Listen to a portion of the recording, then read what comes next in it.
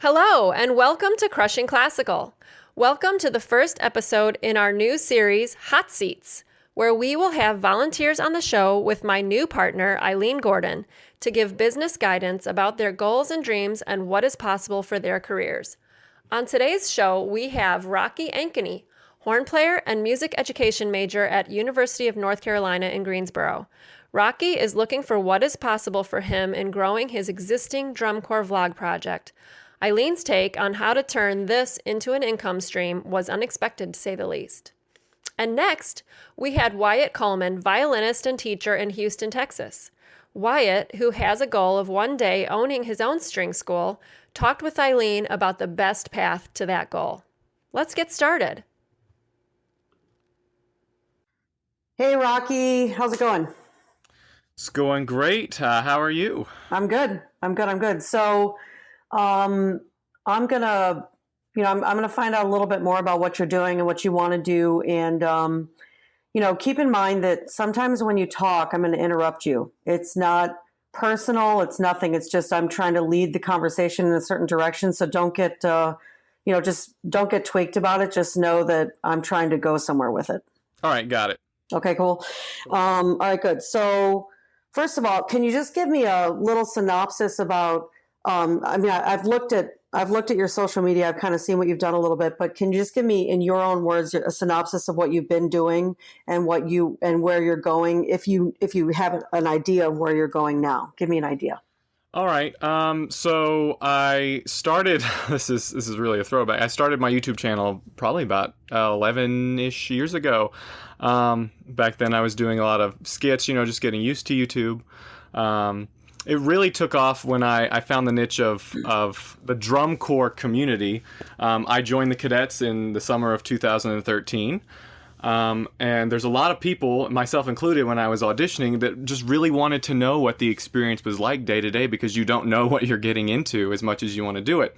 So my second season, I decided to create the Rocky Point vlog, which created this huge success within the drum corps community, specifically in the cadet community, or those interested in auditioning.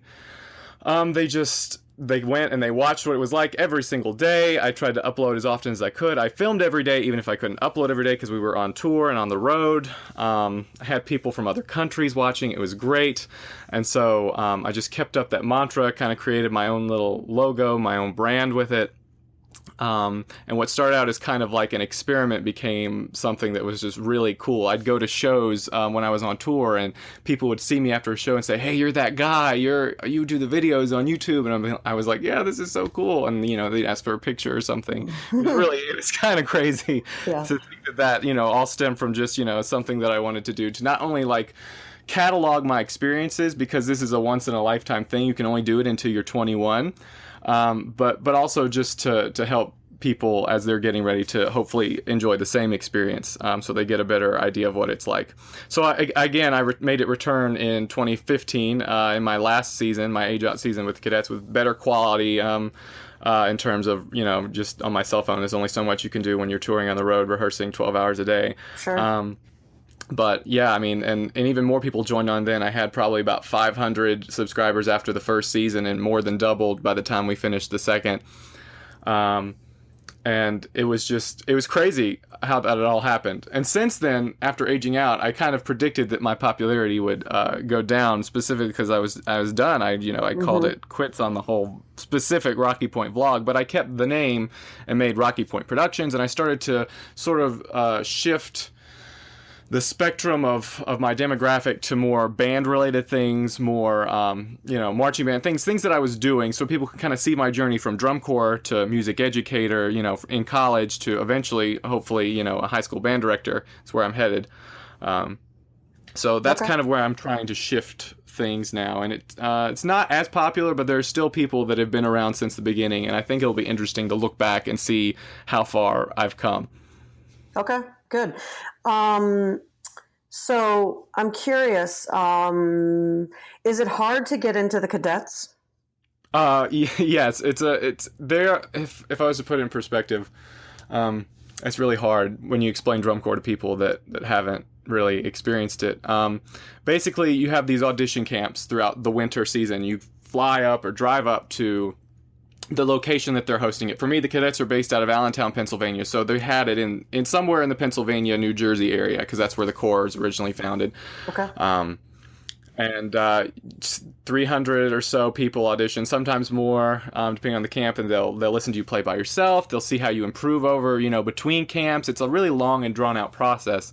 And when I auditioned, it was actually very late, because I had auditioned somewhere else and hated it and thought I wasn't going to do it. But of course, my band director told me that I was going to go try out the place that he marched, and I absolutely loved it. And after I started in January, which is very late, they only had like 2 spots left. And the guy that was running the mellophone section, he's like, "You're at the top of my list, man. It's going great. We're just going to see how, you improve." They really look more for, instead of, talent, they want to see how you improve, because that's really what the summer is all about, is nonstop rehearsing, so you're getting better every single day. You have the determination to push yourself. I guess I improved enough that I got a call in February, and they said, "We're offering you the 15th of 16 mellophone spots. Would you like it?" And I was like, "Sure." It costs a heck of a lot of money, but it is a once in a lifetime experience.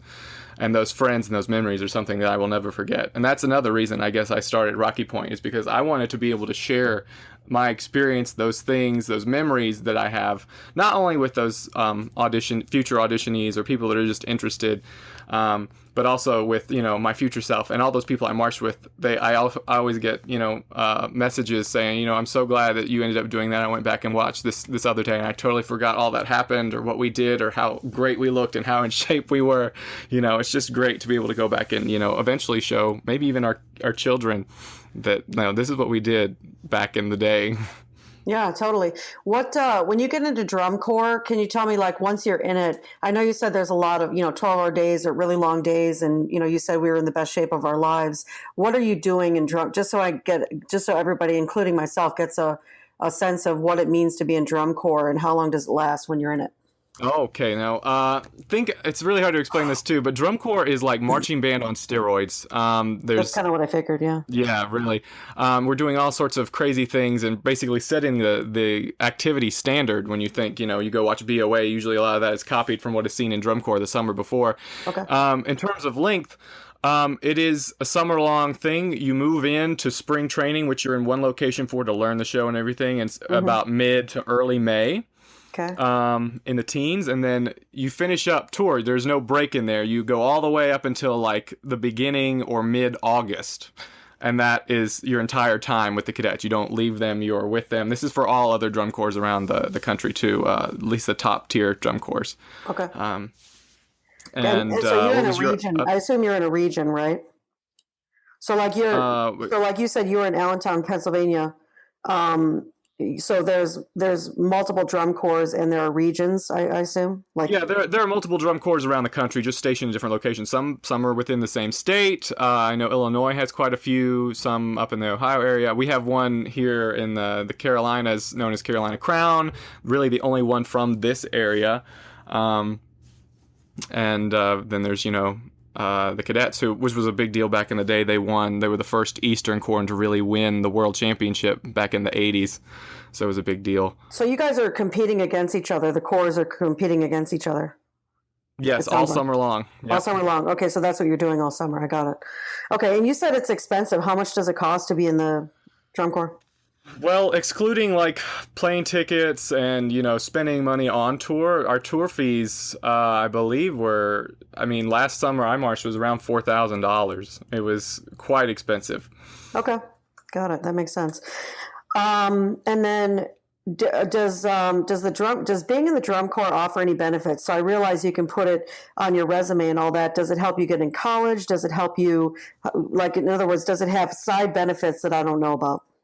Well, other than putting it on my resume, it has made me, I probably wouldn't be a music major if it wasn't for drum corps and the cadets. The cadets are notorious for being able to in drum corps in general, but specifically the cadets, because they've been around so long, they're synonymous for teaching you how to teach as you are learning to be a better performer. So I remember there'd be times in visual block where the guy teaching would be like, hey, so you can do this with your high schoolers and this and this, and then you're like, oh wow, that totally works, I'd never thought about it that way. Or, you know, things like that. And at the same time, you're perfecting a show at a world-class level, and it's just amazing how much you learn from doing the thing over and over and over again for 3 solid months, 12 hours a day.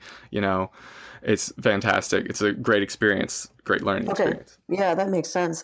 So you said you want to be a music educator. Do you want to be a band director, or what's your ultimate goal?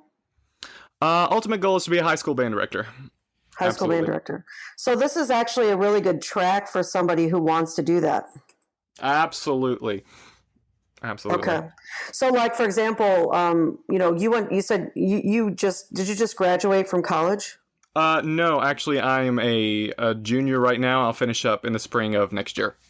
Okay, got it. So one of the benefits it offers is you can have drum corps on your resume, so that when you go and interview for jobs, you know, you've been in drum corps, like you're a badass. Yeah, essentially, yes. And for people that are hiring you that may not know what that is, it at least sparks a question as to what is that, and then you have time to explain it, and people are like, oh wow, this guy means business. Okay, good. So have you ever considered creating income from this thing that you've done? Like, for example, you've got your YouTube channel, you sort of created a quasi brand. Have you ever thought about creating any income from this? Is this something you're interested in doing? Well, I had thought about it, especially when we reached that point of, you know, we were in the thousands and like popularity was growing. People were meeting me at shows. But something I've been hesitant about since YouTube started their partnership program where you get paid to, you know, have ads on your videos was the whole ad thing. And I know how much it annoys me, and I understand that, you know, it's a business. But I really wanted people to be able to enjoy my videos without advertisements, even if that means, you know, I'm just doing it for me. I did end up making some revenue in the final season of Rocky Point.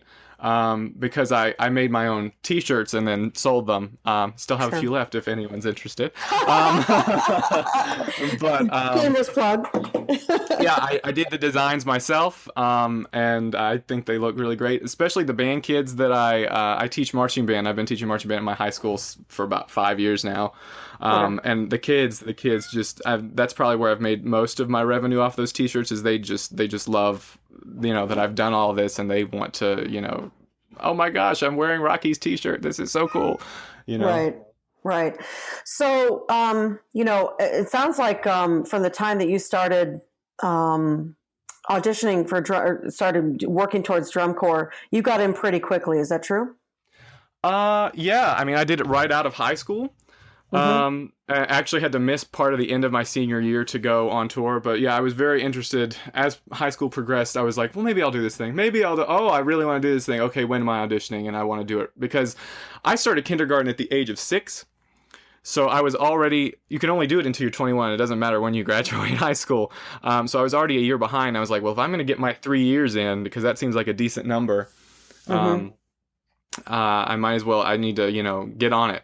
Hit the ground running, you know. That makes sense. So high school kids can do it as well as people who are leaving high school. There is no minimum age. You just have to be, you know, at a certain skill level. There have been kids I've marched with that have been, you know, 16. Some I've heard, not specifically that I've marched with. There have been 14-year-olds. There's one guy that marched like 8 seasons, and that's ridiculous on your body. But you know, it's people do it. People do it if you're talented enough. If you know. If people are like, if you're maybe in one of those drum corps families, like your parents did it, and that's been like your whole life, like there are kids that have done that too. It sounds like it's a little bit of a religion. It kind of is almost. It becomes a part of you. I have a shirt somewhere that was given to us one season that says, what does it say? I'm a small part of the cadets, but the cadets are a large part of me. Right. Okay, good. Yeah. So it's almost like, you know, I don't like to, you know, make silly references, but it's a little bit like being in the Army or being in the Navy or being in the, you know what I'm saying? Like being in a branch of service, you know how people get real, you know what I mean? Yeah, it's very similar to that. I like to say that people that suffer together bond, and that's what we all did, but we also really enjoyed the performing aspect of it. There's a lot of suffering involved. Sure. Yeah, no, I get it, especially in the heat of the summer. Wherever you are, it's going to be hot. Yeah, I mean, we go all the way from Oh gosh, all the way up in the Allentown, the Pennsylvania area, all the way down into Texas. Some corps take West Coast tours. Like you're all over the place. Yeah, that makes sense. Okay, good. So so let's talk a little bit about income. So I understand what you said about YouTube and ads and all that, and yeah, I mean that's one way to make income, but it's minor. I mean, you have to really, you got to kill it on YouTube in order for those ads to really pay off. Exactly. I mean, and I think you probably figured that out. So Yeah. So, one of the things that I see as a possibility for you, and this is only if you're interested in pursuing it, is creating a conversation around, getting into drum corps and whether it's strategies, whether it's, things little known facts, whether it's what they're looking for, whether it's all that sort of thing. Because let's face it, if 300 people are auditioning, I don't know how many people out of 300 are going to get into the drum corps. Can you give me an idea? There's only 150 member position. That includes color guard, percussion, brass, everything. And you have a lot of returning members usually. About, half of that is returning members on a good year. So Okay. Not a lot of spots are available for all the people that come and audition. That's what it sounds like. So, okay, good. So if somebody wants to get in, I know you said that they're measuring improvement. Where is that when you go to the audition camps? That's when they're looking at you and measuring the improvement? Yeah, in between camps, you have what are known as tape assignments, or now they're doing smart music. It's a lot of, depending on which corps you go to, they say, okay, this is your assignment for in 2 weeks. You have to play this, and we're just going to see if you improve. And then maybe 2 weeks later or something, before you go to the next camp, you've got to submit the same thing again or something else. And then you get to camp, and not only are they judging, how where you started at the first camp, they're judging, from the last tape assignment, etc. They're really just, seeing how you've improved and how hard you've been working at this. Do you really want this? Because in the heat of the summer, when the going gets tough, are you going to back out? Are you going to go home? Are they going to have to search for someone to fill your hole? Or are you going to push through? I see. And when you say improvement, what are they, in the tape assignments, what are they listening for or looking for? I mean, anything a good musician would be looking for. Are you following the dynamics on the page? Do you need to play louder? Are you, is your tone fantastic? Is it not? Are you articulating that passage correctly? All those sorts of things they're looking for. Everything is pretty much down to a science in drum corps, that we're taking out all the variables. So, because there's so many variables in marching around a field at over 200 beats per minute at times, that you're like, you have to have everything down to a science, or otherwise, if we're not all doing things the same, then, people can jump out at you, when you're moving that fast. Okay. And are there mistakes that you see people make, or that you see routinely made by people who are trying to get into drum corps, or, they're not making their assignments, or are there, I just want to get a sense of that. Are there mistakes that you've seen or that you've heard about that are routinely made that have people not advance? Well, I haven't heard that many stories of, just from mistakes. Some people go in before they're ready, and I'm on board with that. If you have the funds to make that happen, just going to like camps, if you go in and see how you're standing so you know how to better improve. I know that younger teenagers do that a lot. As far as mistakes, I guess the biggest mistake I can think of would be going in with too big a head, like, oh yeah, I think I'm the greatest thing ever, and you get there and you're like, oh man, I am not even close. Also giving up before the weekend is over. I can personally attest to that, because the audition camp is Friday, Saturday, and Sunday, part of Friday, part of Sunday. And I know that you just get worn out because you're doing the same thing all the time. Honestly, sometimes the camps are worse mentally than being on tour. Okay. But getting through the camps, especially if you're auditioning, if you're already a member, it's not as big a deal, because you already have a spot. Okay. But that's really, pacing yourself and not giving up before you go audition solo for like the brass caption head or the percussion caption head. You just have to stay mentally in it and remind yourself why you're doing this in the first place. And that there are millions, I shouldn't say millions, but there are hundreds of people that wish they could be in your position right now. So you shouldn't give up on this opportunity that you've been given, that you've paid money to get to do. Right. And did you see people quit over the weekend numerous times while you were doing it? I wouldn't say they mentally gave up. Okay. I personally did it at my first audition, mostly because I also didn't really mesh well with, the first corps I auditioned with. Like, they did not mesh well with me. They were not very good people, or, they weren't very friendly towards me, and I just kind of mentally gave up there. And when I went to cadets, there was a little bit of giving up, I think, my first camp, but I sort of pushed through, and after I had a really great audition, I think things started to pick back up, and people were telling me, yeah, you're doing great. Oh my gosh, yeah, keep it up. Encouragement is a big deal too, I think, especially if you see someone struggling with something, because all those members that have been there, odds are they've been in the same position as you. Okay. So it's interesting. Anytime that I'm looking for, I'm a business person, and I'm always looking for opportunity. Anytime I'm looking to create income, and that's what I do is, I've been self-employed for 15 years. Self-employed meaning I've had to generate my own paycheck for 15 years. Now, I obviously chose that, but the only way that I was successfully able to do that was I looked for opportunity and saw opportunity where nobody saw opportunity. Okay. Right. So there's a few opportunities that I see for you as far as being able to sell to this audience. This audience called, it could be, there's a few audiences. One is, I just want to be in the drum corps because my mom was, or my family was, or that's one audience. The other audience is, I want to be in drum corps because I want to be a part of something bigger than myself. Right? Yeah, that pretty much sums it up. Yeah. Right. And then another possible audience is, I want to be in drum corps because I want to be a band director, and I want to get trained at a level that I would be an amazing band director. Yeah. Does that make sense? I can see that too. Yeah. So that's the first thing I look for is what are the audiences? Who are the hungry audiences that I could possibly capture? Those are three that I see right off the bat. Okay. All right. Now, why does this matter? Because there are obstacles for these people to get into drum corps. Obviously, you have to be a good player. I get all that, but that's something you can't impact or control, really, right? As someone who might be able to sell something to this audience, there's certain things you cannot control. One thing is how good of a player they are. You can't control that. Can we agree on that? Yeah. You can't control that. So that's something you can't sell. You cannot sell, be a better player. Who doesn't know that, right? Duh, we're all musicians, right? We can't, you can't get a percussionist to be a better player. They have to get themselves to be a better player.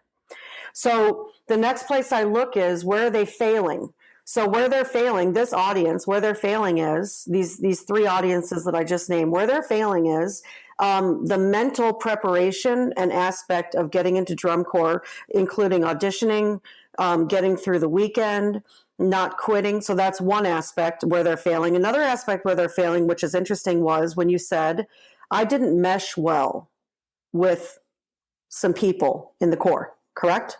Correct. Okay. So, and if you think about it in life, that's where people screw it up all the time. It's either I can't push myself through this in my head, or people are pissing me off and they're in my way. Does that make sense to you? Yep.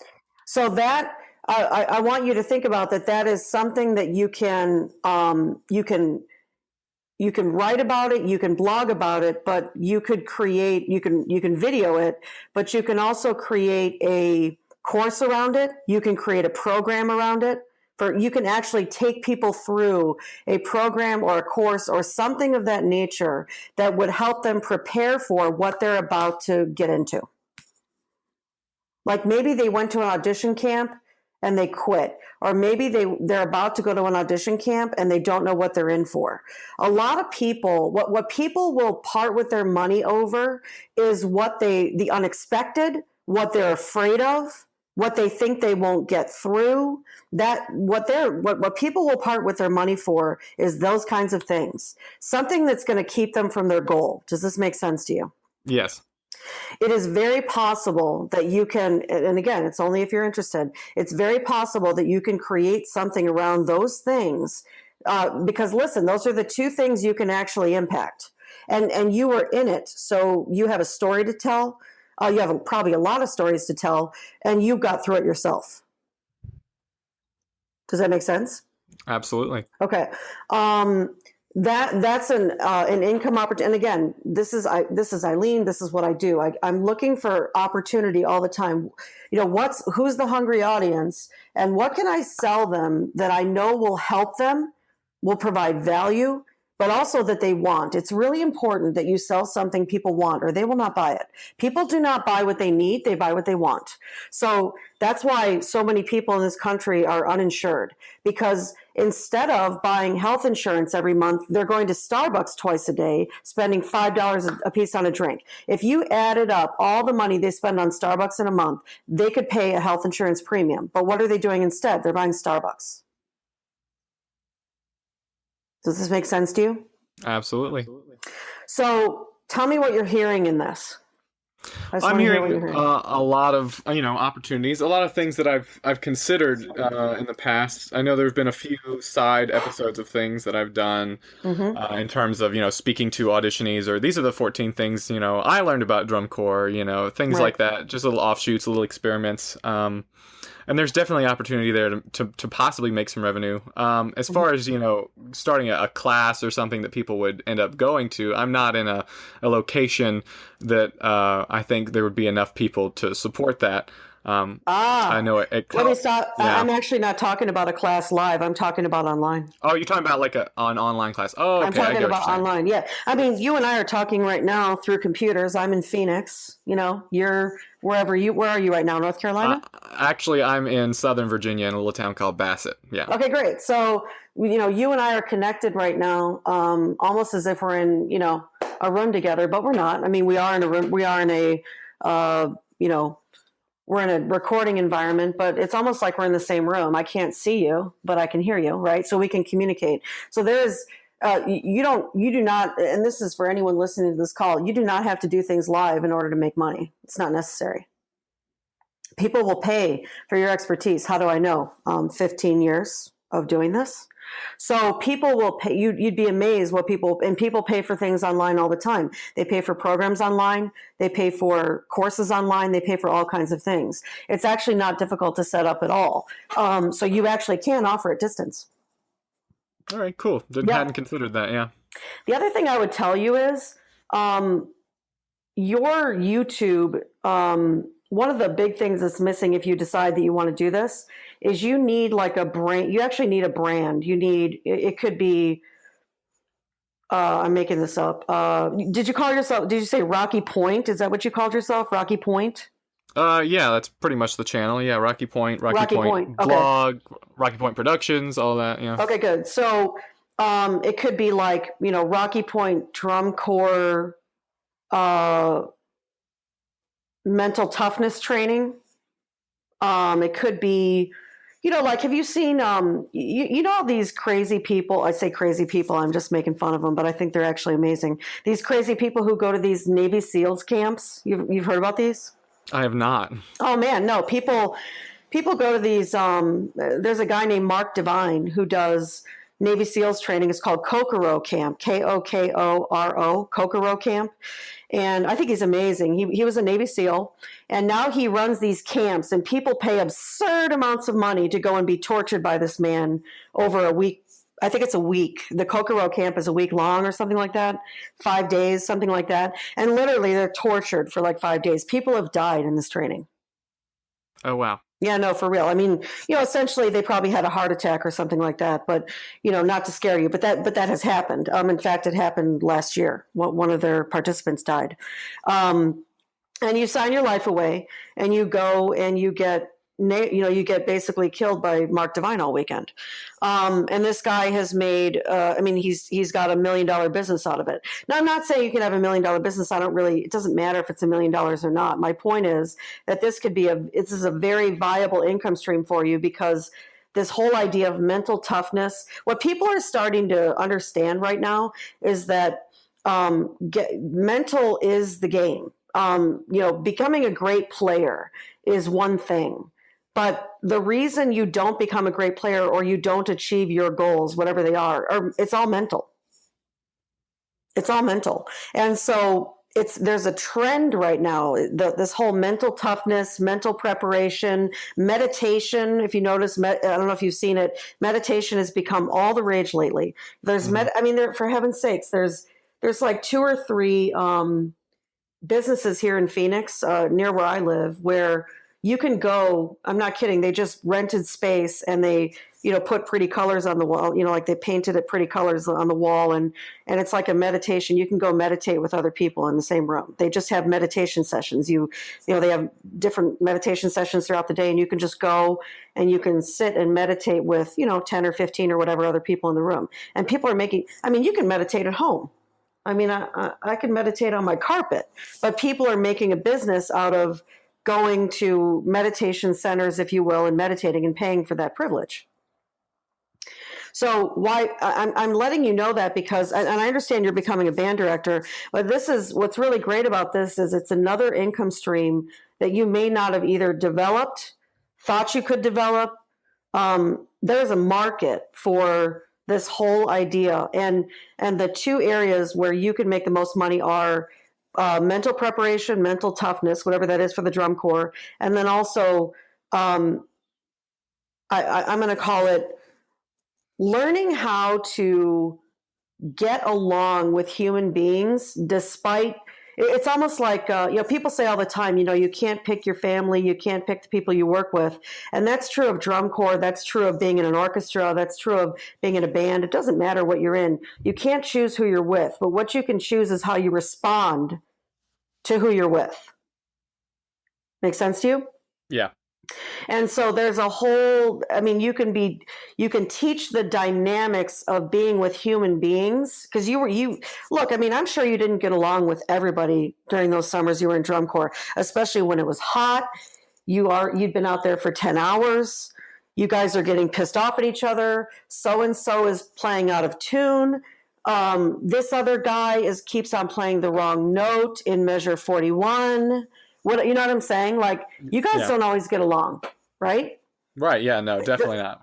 And we're a big family. There's always fights. That's right. There's always fights. It doesn't matter where you are, whether in your work, family, whatever, but and drum corps. And so those are the 2 aspects that you can teach that would actually help people audition, help people get through the audition process, get through the audition camp, and actually make it into drum corps. It's not enough to be a great player, and that's what you have to sell. If you're going to take this and do anything with it, and look, whether you do it or not, it's completely up to you. But that's what you can sell is it's not enough to be a great player. Great marketing, by the way, why people buy from you, it's not so much the you can't sell great playing because we already know you have to be a great player. Whatever you do in music, you have to be a great player. That's not something you can impact. But what you can impact is everything around great playing. You can sell everything around great playing that's going to stop them from being a great player in a situation. That's going to stop them from being a good human in a situation. Does that make sense? Yeah. Okay, good. So what questions do you have? And again, it doesn't matter to me if you pursue this. I just want to give you, I want everybody to think entrepreneurially. I want you to think entrepreneurially. It doesn't matter. Look, we're living in a time when a salary is great, but it's not enough. In most cases, we're all going to have to make a hell of a lot more money as we age. And you're a lot younger than me. I'm 42 years old. I'm 20 years ahead of you. A salary is great, but it's not going to guarantee your future. It's not going to secure your future. I want everybody to be thinking about a side hustle. Where else can you be earning money that's in your wheelhouse? Where else can you find income and create income without relying on somebody giving you a job? That's what this conversation's about. So I want to know if you have any questions about this or anything else that I can answer for you about this. No, I think you're pretty clear on everything. I get it. It's good. Okay, good. Awesome. So that's my hot seat for you. And, if you decide to pursue this, obviously we would love to hear from you. What you're doing, how it's going. We're going to be offering some things to help people get stuff like this off the ground as we move forward with Crushing Classical. But I just want to at least start the conversation. My goal is to start the conversation with you, to start you thinking on that this is a possibility for you. All right. Thank you so much. You're welcome. Thanks, Rocky. All right, let's switch to Wyatt Coleman. Wyatt? Hello. Wyatt, how How are are you? you? I'm good. How are I'm you? I'm doing good. How are you? Awesome. So let me pull up your. So I have your. I got to look a little bit. I asked Tracy to send me just a little bit of data on you. I just want to know a little bit about. I looked at your Facebook. I looked at your Instagram as well. So first of all, I can see the big thing that's going on in your life right now is you're about to get married. I am at the end of the year. So congratulations. What's the date? What's the big date? New Year's Eve. Holy hell, that's awesome. We're going all out for it. That's amazing. Where are you guys doing it? Down here in Houston, where my fiance lives. Okay, great. Awesome. And so you're living there now. You don't normally live in Houston? No, I grew up in in Raleigh, North Carolina, where Tracy lives. I used to study violin with her husband. Oh, okay, fabulous. Awesome. Okay, good. And what are you doing? Tell me a little bit about what you're doing now. Just give us kind of like what Rocky did, give us a little story about, where you've been, where you are now, where you want to go. Can you just give us I just want I know something about you, but I want the audience to know something about you. Yeah, of course. So I moved down here to Houston for college. I studied at the University of Houston at the Moore School of Music. And while I was in school, I found that I was poor and I needed money. So I started teaching because that's what I had time to do. And I was kind of just doing it because I needed a job at the time. And then I found that I really enjoyed it, which was surprising because I never really thought I would enjoy like teaching little kids. But it ended up being something I really enjoyed. And then after I graduated from school, I ended up teaching full time. And I teach at 3 different schools right now. So I have about 60 private students every week. Wow. Which keeps me really, really busy. So wait, you have 60 private students now? Yes. Holy cow, that's wow. Are those 30-minute lessons typically? The majority of them are 30-minute lessons, but there's a few hour-long lessons in there as well. 4 and 5 can't really last an hour.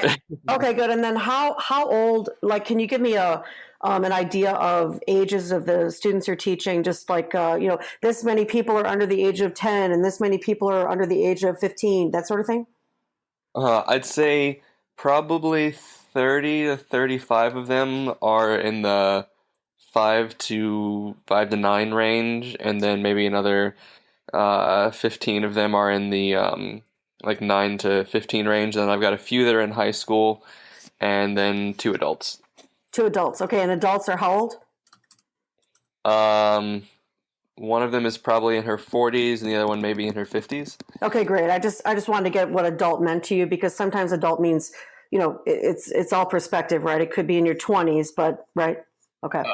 Yeah. Well, you know what I mean, right? When I was 40, when I was 20, I thought 40 was old. Now I'm 42, and I'm like, what do you mean 80's old? You know what I mean? You know what I'm saying? Students ask me how old I am, I always just ask them how old they think I am, and usually the younger they are, the older I am. Okay, I get that. Okay, good. So keep going. Keep telling your story. It's great. So right now I'm teaching quite a lot, but it's not really a sustainable thing. I guess it's an enormous amount of time that I put into it, and it's not a huge. So it's like 30. It's probably like 35 hours a week, right? If you've got 60 private students, most of them are half hours. You're looking at what, 35 to 40 hours a week? Yeah, it's about 40 hours a week of teaching, and I also have to drive all over the place for it. So so they're not coming to you. You have to drive. Yeah. So with all of that, I work about 60-hour weeks right now. Oh boy! And about 20 of that I'm not getting paid for. So I'm trying to figure out a way to get that out. Interesting. That's it. So sorry to interrupt you. So you're working about 60 hours a week. Sorry, I'm taking notes. 60 hours a week, and you said 20 you're not getting paid for. Yeah, just because of driving time. Yep. Okay, got it. Time waiting between lessons and stuff like that. Okay, got it. Keep going. So what I want to do is start my own music school where I can employ other teachers. So I find students, and then I put teachers in studios, and they teach those kids, and then I take a commission from that, so that I can still teach, but I don't have to teach as much, and I can be in a more managerial position and just kind of set up that relationship between students and teachers, and give them a place to have those lessons. That makes sense. So it relies also obviously on a physical location in this case. Yeah. Okay. Okay, good. So, and how long have you wanted to do that? About 2.5, 3 years, probably. Okay. All right, good. So you've been doing this for a while. Yeah, so I started teaching my the beginning of my sophomore year, which would have been 2013. Yeah, so like September-ish, 2013, and I've been teaching since then. During my senior year, I had about 40 students, and then once I graduated, I tacked on a few extra days, and so I teach every day, but Tuesdays and Fridays I have off. But other than that, I'm teaching all Well, the you're time. teaching, yeah, so you're teaching like all weekend too. I teach 9 to 5 on Saturdays and Sundays. Okay, got it. So, all right, good. So you're coming up on 4 years of this. Mm-hmm. You're probably a little tired. It definitely gets to that point. Yeah, you're probably a little tired. Okay. Can't imagine. I mean, Okay, good. So, and I remember I can so relate to this because there was a time I was a clarinetist and I was teaching high school students and I was teaching at 3 different high schools. And so I was doing the whole drive to one school in the morning and then shove some food in my mouth and then drive to the next school and then shove more food in my mouth and then drive to the next school. And then by the end of the day, it was like, 7 p.m. Yeah. Long days. Definitely. That's my midweek is I have to get out to I don't know if you're familiar with Texas, but the school where I teach I am. I lived in Austin for 4 years and I went to Houston a lot. Oh, cool. Yeah, so I live right in Houston, and the high school where I teach in the mornings is all the way out in Clear Lake, which is about a 40-minute drive. Oh, hell. I know where that is. Okay, cool. And then where's the others? Where's the rest of them in Houston? I'm just curious. So I teach in Clear Lake in the mornings from about 9 to 2, and then I have to be in Pearland from about 4 to 9, and then on the weekends I'm out in Bel Air. Oh, wow. Okay. Yep, I know where all those things are. Okay, so yeah, you're driving quite a bit. Well, I mean, in Houston is like made of highways. You can't really get any, right? It's like highway haven. Okay, so all right, good. So so one of the challenges that you have is that you don't even have really time to establish a school because you're running around. Mm-hmm. That's one of the issues that you have. So, by the way, what's the going rate for lessons right now?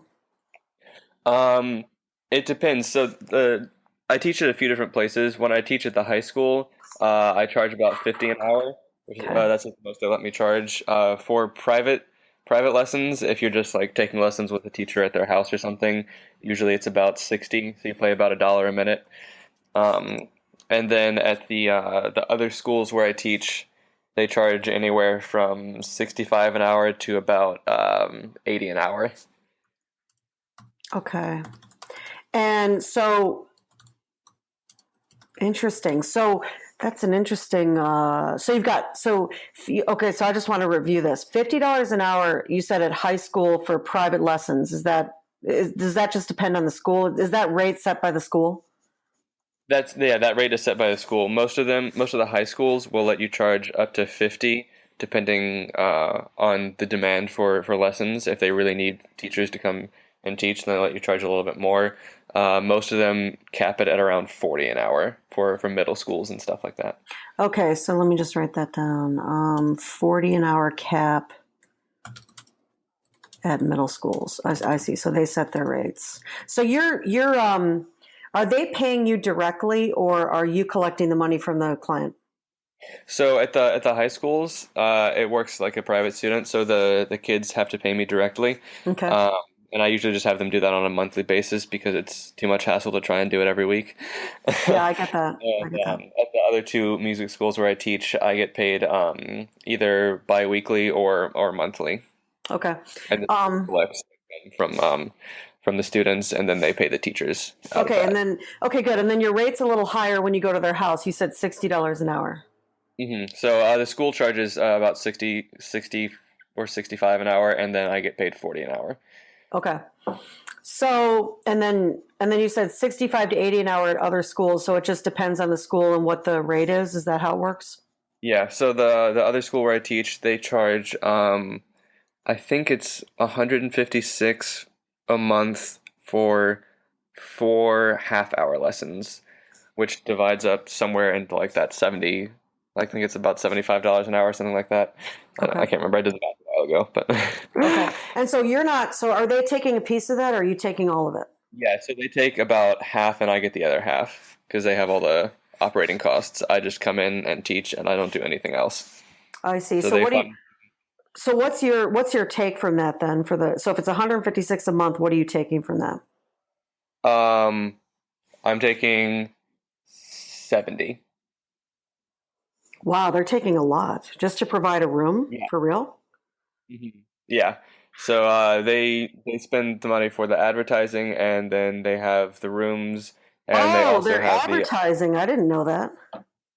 oh yes, they advertise heavily. He spends about $250,000 a year on advertising. Re- So he has I'm sorry. Is this a school that's doing this? A school is advertising? yes, it's one guy who started a music school. So it's just private lessons, and they have about 1,300 students between the two locations. Interesting. So he has what you want.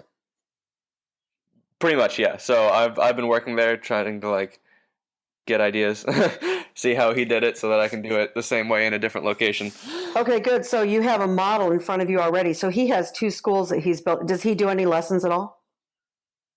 I don't think he teaches anymore, no, because he's so busy with all of that stuff. Okay, good. What can you tell me? Are you willing to tell me what the name of the school is? Yeah, it's called Vivaldi Music Academy. Vivaldi Music Academy. Okay, I'm going to write that down. Interesting. Yeah, Wow. they're actually one of the largest music schools in the nation right now, I think.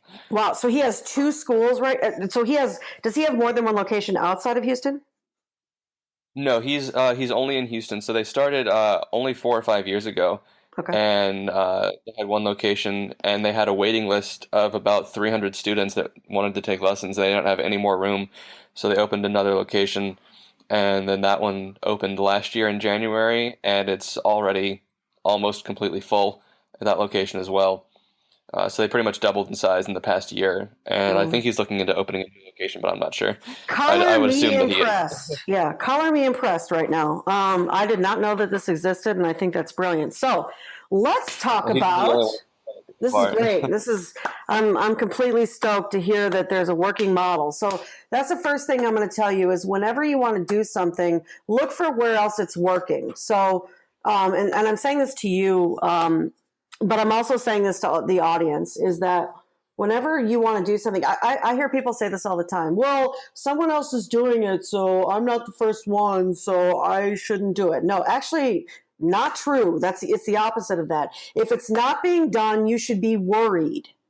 You should be worried because if it's not being done, it means there may not be a market for it. I'm not saying there isn't a market for it, but there may not be. That's the problem with it. Okay.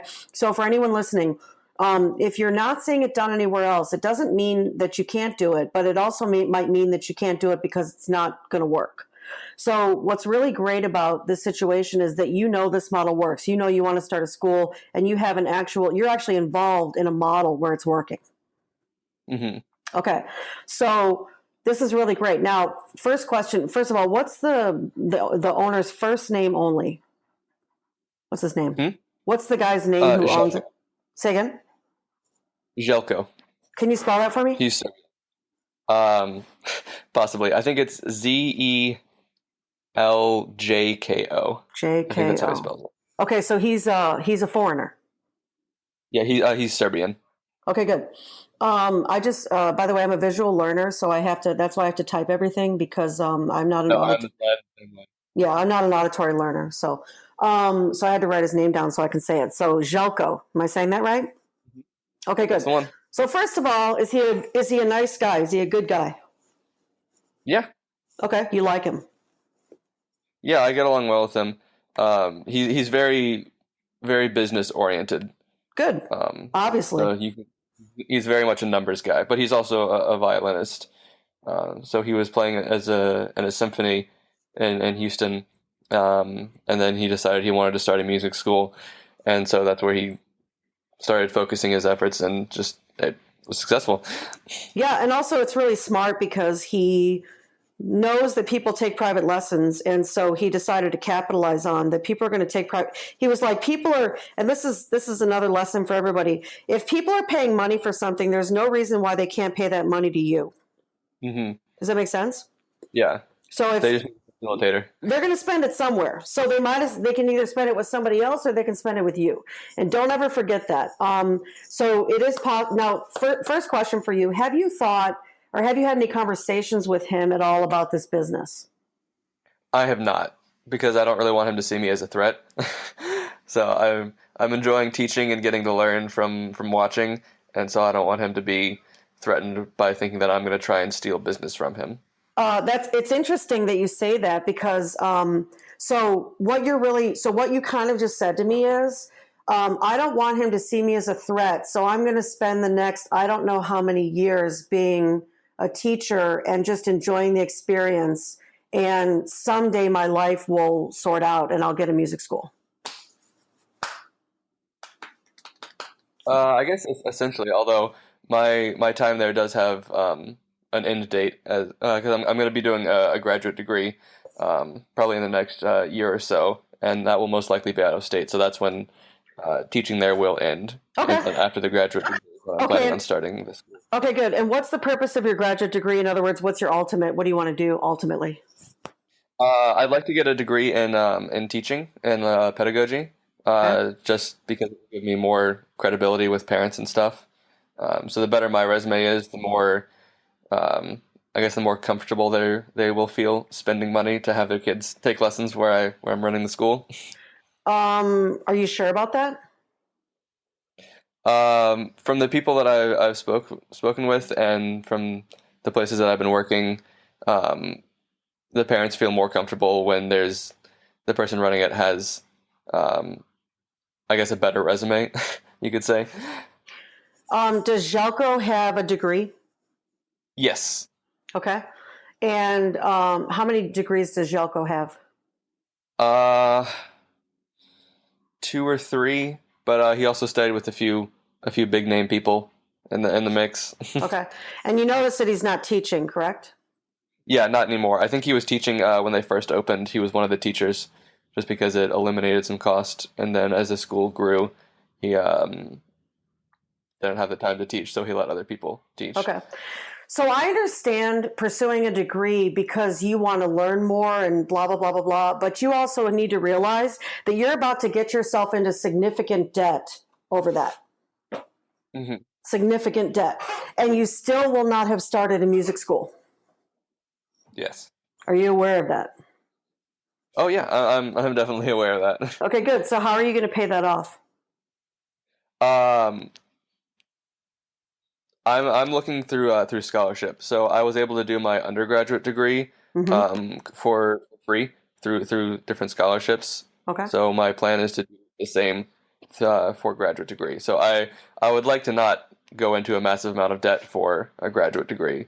There's like you said, it's not worth it if I'm going to put myself in $40,000 of debt just for credibility. Right. And that's that's the biggest message I want to send you right now is you don't need credibility to start a business. You need to start a business. Mm-hmm. So I'm going to make a suggestion to you, which is, so he's already opened up 2 locations, right? Yes.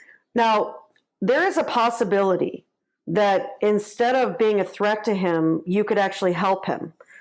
Possibly open another location, possibly manage a location, possibly help him grow the business. That's a possibility. Mm-hmm. Without competing with him at all. Like actually being a valuable part of growing the business, helping him, in the various duties that there are to run this school. Have you ever considered that? I had not, no. Okay. So, and I'll be honest, that is the direction. If you're really serious about owning a music school, remember that it doesn't have to be yours. It could be one that somebody else started that you then either take over or manage a location or perhaps help a location get established, another location get established. This guy is clearly growing a business. He's already got 2 locations and he's probably hoping he's going to have more.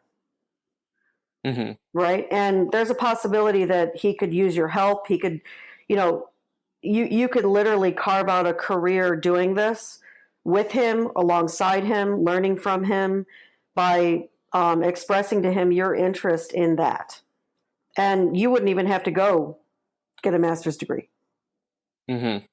That's a good point. Does that make sense? Yeah, absolutely. You do not have to be a threat to anybody. You could be a help to somebody. You could actually participate in the growth of something that really matters to him, and it could pay off for you in big ways. Not only working inside the business to see how it actually works and how he makes it work, because being a teacher there is not going to get you that. It's not going to teach you that. Mm-hmm. Does that make sense? Yeah. Is that something you would consider doing? Yeah, absolutely. Yeah, because honestly, this whole collection of degrees thing, one of the things that I want you to get is that the only thing that makes people comfortable with studying with you, it's not your degrees. It's your ability to communicate who you are in your conversations. You don't have to prove to anybody how great you are. You have to tell somebody how great you are, and they will just believe you. Okay. Does that make sense to you? Yeah. You don't need to go to school for that. You don't need to go to school to say that you're great at something. You have a lot of experience already. You've been working at this school now for almost 4 years. You have plenty of credibility. You have 60 private students who think you're the cat's ass. And so do their parents. Am I wrong? No, yeah, you're correct. Yeah. I am indeed the cat's ass. Yeah, I mean, for real. So I want you to see that you're taking the long road to a direct path you already have. Okay. You're about to go on a detour when you're already in a situation that could give you exactly what you want today. Okay. You're about to go on a detour, and I really want to encourage you not to go on that detour. Look, I don't care if you get another degree, but why? What for? Okay. You really don't need it. I mean, I suppose if you want to go, you can, but you're just going to be twiddling your thumbs in school for another 2 or 3 years. Mm-hmm. And I just don't think that you really need to do. Look, you're already smart. You're already capable. You've already proven that. You've got tenure with this business. This guy trusts you, knows you, likes you. I mean, look, if you just came in and you'd been teaching for 3 months and you were like, hey, Jelko, can I come in and help you run this thing? He'd be like, why? You don't know anything about it. Mm-hmm. But you're almost 4 years in. I mean, if you were working for me and you came to me and you're almost 4 years in and you're like, hey, listen, I'm really interested in your business. I don't want to compete with you. I want to help you. Is there something that we can create? Do you want to open up another location? Is there some way that I can learn this business and help you grow this business? If somebody came to me and said that to me, I'd be like, Paul, what? I would never say no to that. Okay. Does that make sense? Yeah, absolutely. Dude, I mean, you could literally carve out a career right where you are. Okay. Yeah, I hadn't thought about that. You really could. So that's what I want to encourage you to do is actually go to Jelko and have this conversation with him. And by the way, this is for everybody in the audience, but to you especially, you're already great. You don't need to prove that you're greater. You're already great. Own it. Okay. You're already great. Okay, you've proven that. You've got a long track record of greatness. Just be that you're great and pursue your career now. Don't wait. You're in a perfect situation. You're about to take this wild detour that I really hope you don't. Mm-hmm. Okay? All right. Well, that definitely gives me a lot to think about. Okay, good. Thank you so much. Yeah, thank you for your time. You're welcome. Awesome, Wyatt. Thank you. And thank you, Eileen. This was great. This was the first hot seat episode, and I'm looking forward to more every week on Crushing Classical. And if you're enjoying Crushing Classical, please write a review on iTunes and check us out at facebook.com/Crushing Classical and on Instagram at Crushing Classical. Thank you, everyone, for joining us, and we'll see you next time. Bye. Thanks.